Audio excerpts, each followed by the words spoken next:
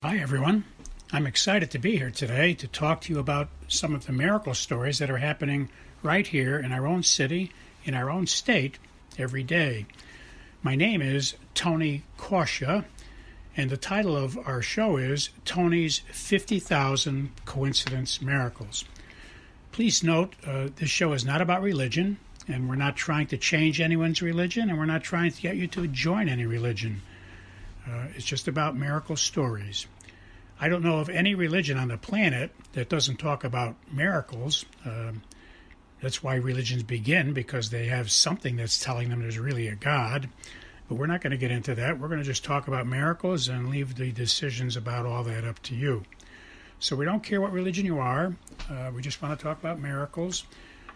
If you are an atheist, I think you'll enjoy the program as well, although I can't guarantee you'll remain an atheist very long after you hear many convincing stories, coincidence kinds of stories about miracles. You can email me your own stories if you wish. We'll try to use all we can on the show. I can't guarantee we will, depending on volume and time, but you're welcome to send your stories on to us, and we will mention them when we can. You can send them to the following email address. But please notice that if we do use your story, we won't mention your name. We'll keep you anonymous. And we suggest that in your story, when you send it to us, don't use your correct name. That way anyone listening will not be able to figure out that it was you that sent the story in. The email address you can send your stories to is very easy to remember. It consists of 2 words and 3 numbers. The first word is Tony, spelled Tony, and the second word is and, spelled A-N-D, and the numbers are 777. So once again, the name is Tony and 777 at AOL.com. Well, let us begin. Hi, everyone, and welcome to week number 34 of our radio show. I want to start out by apologizing and explaining something important to us at this point. If you've been listening to the regular weekly shows, you might have heard this a couple of times already, but for the sake of new people who are visiting us, I share the miracles I've experienced in my life, daily things that are happening every day, and I experience things in a certain way. For example, I was an accountant for 30 years of my life and a business person for the balance. But for 30 years, my desk was filled with numbers. Everybody would talk to me, talk about numbers. I was reading about numbers all day long, every day, day after day, year after year, 30 years of numbers. And so God, who's my friend and who's God's everybody's friend, but with me, the presence of God with me was dealing with numbers constantly, and he looked at me as his friend in this world of numbers. And so quite often God would talk to me by using numbers, or I would see some confirmations of things in numbers. I see many coincidences. For example, in one day, I might have seen the number 333.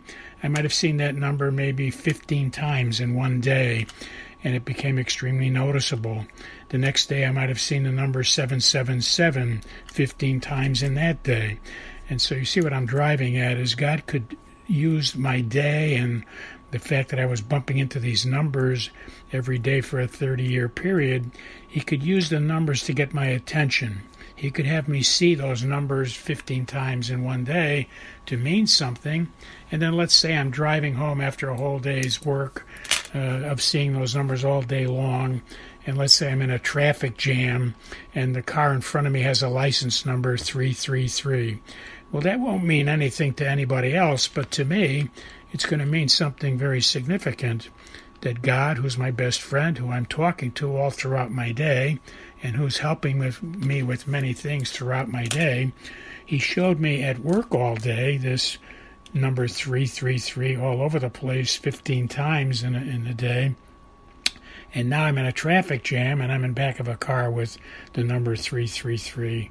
And let's say as I'm pulling into my driveway maybe 2 hours later, I notice that the car in front of me, just as I'm pulling into my driveway, is another car with 333. So that's how God can talk to us and show us his presence and remind us that he's with us by these little clues, okay?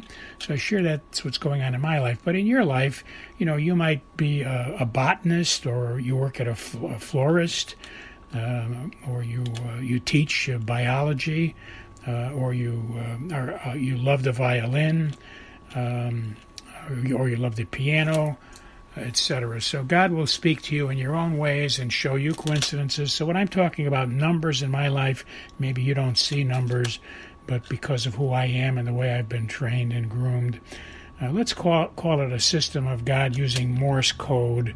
So if God was sending us Morse code, we'd all have to learn Morse code. But what he does is he sends us messages like Morse code, but he uses the surroundings of our day, the surroundings of our life, if we're a teacher or a botanist or a florist, or if we have hobbies that are certain kinds of hobbies.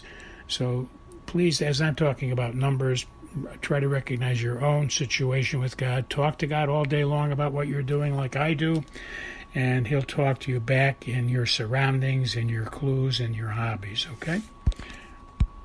Another thing that might help you enjoy the presence of God with you all day long is to realize that when he's befriending and becoming a friend of us, he does it wherever we are, at whatever age we are. Let's take a 3-year-old child. A 3-year-old child is playing in a sandbox, and God is trying to approach them to become their friend, and perhaps the parents have told the child about God, and so they're already engaged. They're already looking for the presence of God because they've heard about God, that he's everywhere.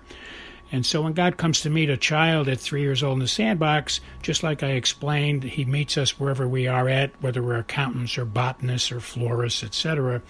Likewise, he sits there invisibly with the child and inspires them and talks to them in their soul like he talks to us in our soul, but he's doing it with a 3-year-old child, and he meets them exactly where they're at.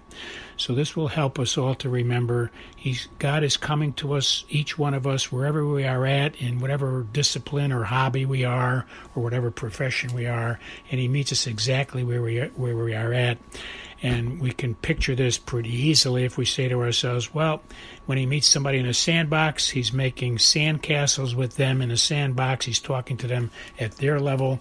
And when he meets a genius, he's meeting with Einstein. He's becoming Einstein's friend. He's doing it on a genius level. So he matches everyone exactly where we're at in whatever hobbies and disciplines we are at. And that'll help us to sense God and notice God during our day with confidence and believing that he's meeting us where we're at. Maybe our stories are not like everybody else, but that's okay. In reality, they most likely will not be, because God is meeting each one of us where we are at. He's not trying to make us all the same. You might notice God in a red bird appearing every day in your life, or a black bird landing on your car every day when you go to start your car up. Or you might notice God in dreams, or in the music, or the lyrics of songs, etc. So just notice God wherever he pops into your day, and don't look for God to pop into your day like he pops into my day necessarily. And I share my day, so it will help you to notice God in your own way, okay? So let me share one of my stories now in my unique day, and hopefully it'll remind you of something in your day.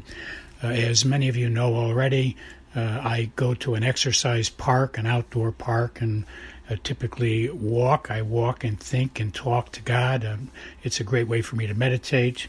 And so I went to that park one day as inspired by God to do so at a certain time. I go when he tells me to go, and that's part of the plan. And when I got there, I started to walk, and as I was walking and exercising, I noticed a woman on the track field. She was jogging, and I got inspired to hand her a Miraculous Medal. You may know about the Miraculous Medals. You can Google Miraculous Medals, 1830, the year 1830, and you'll see a wealth of information. They're called Miraculous Medals because they've helped to stop wars, they've helped to heal people of serious illnesses, and many other things. That's why they're called Miraculous Medals. But the story is there. If you Google Miraculous Medals 1830, you'll learn all about them. And so I was inspired to hand this jogger that I didn't know And so that would have been a bit forward of me to walk over onto the exercise field, the track field, and stop a person and hand them a medal. So I thought I'd better think about it some more. So while I was walking, I was talking to God about it, and trying to get inspired how to go about doing that, and talked about that, and talked to God about many other things in my life. And I was enjoying my walk. I was getting my exercise. And after a period of time, I was getting to the point where it's time to leave and to go home.